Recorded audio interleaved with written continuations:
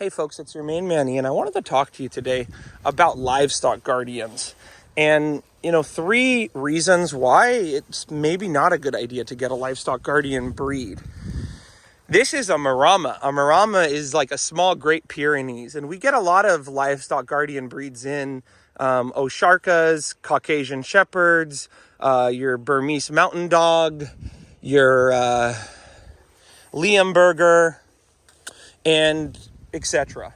And what we find from time to time is a few reasons why these dogs can be kind of a challenge. The first thing is they have an inherently low food drive. These dogs were designed to be out on a ranch just waiting for ever, basically, around whatever it is they're supposed to protect. So this is not a dog that you want, sitting out here protecting his sheep, and then all of a sudden he smells somebody cooking bacon over there, and he just goes, oh man, there's bacon over there, I'm leaving, guys. This isn't a dog that you want somebody to be able to show up and give the dog food and then steal all of your livestock. So as a result, they were bred to have a low food drive. And this can be a little confusing because they're large.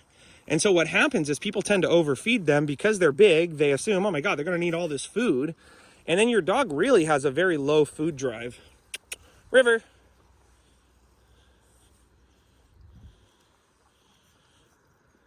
I mean, just look at the way River takes this high-value food. Good job, Percy.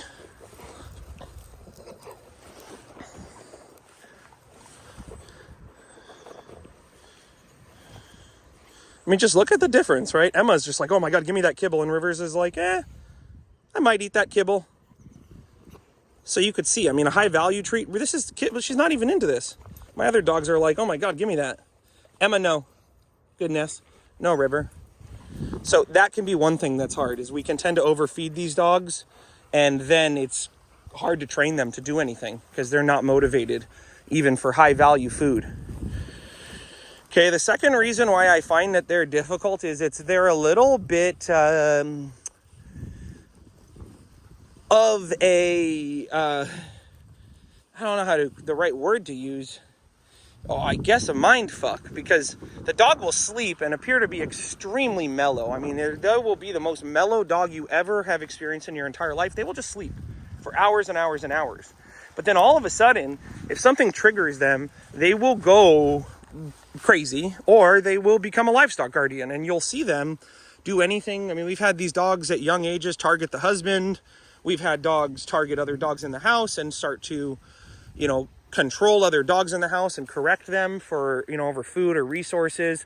We've had the dogs become extremely protective over the property, where people can't come onto the property. Maintenance workers and, gardeners and stuff, they're really scared to come onto the property. And sometimes they've gotten bit, actually.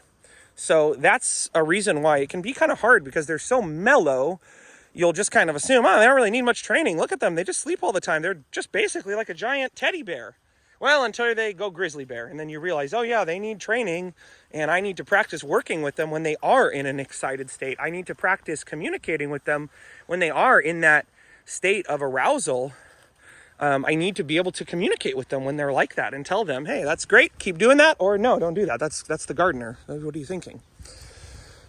The third reason I think ties into that. Okay, they're so big and fluffy that there is a tendency for emotionally us to kind of create a relationship with them that is perhaps not going to set us up for success. And what do I mean is they're so mellow and they look like a teddy bear. And so, like I said, there's a tendency to coddle them.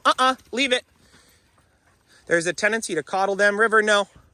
There's a tendency to coddle them and cuddle them. Whisper sweet nothings in their ears, which is fine.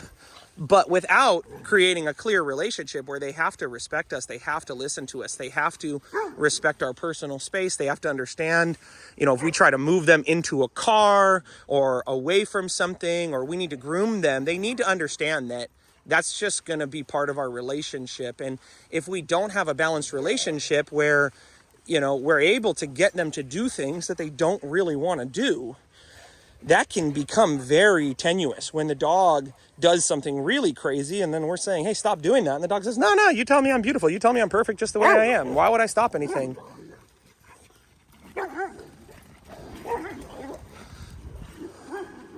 So if you're thinking about your, guardian breed, hey, come!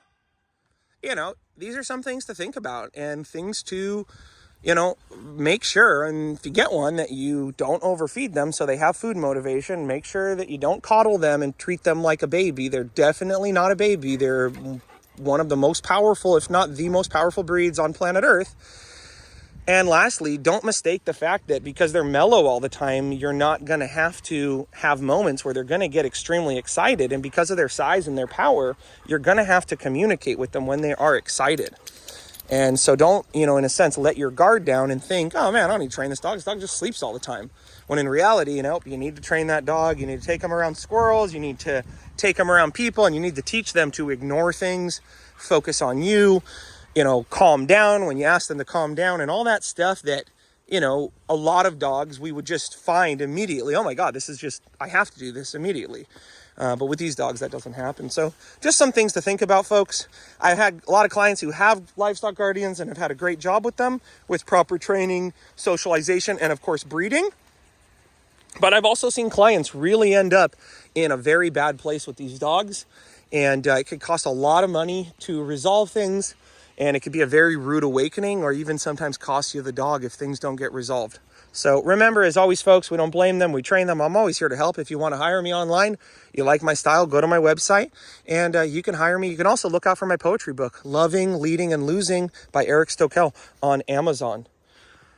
Until next time, folks, we'll see you then.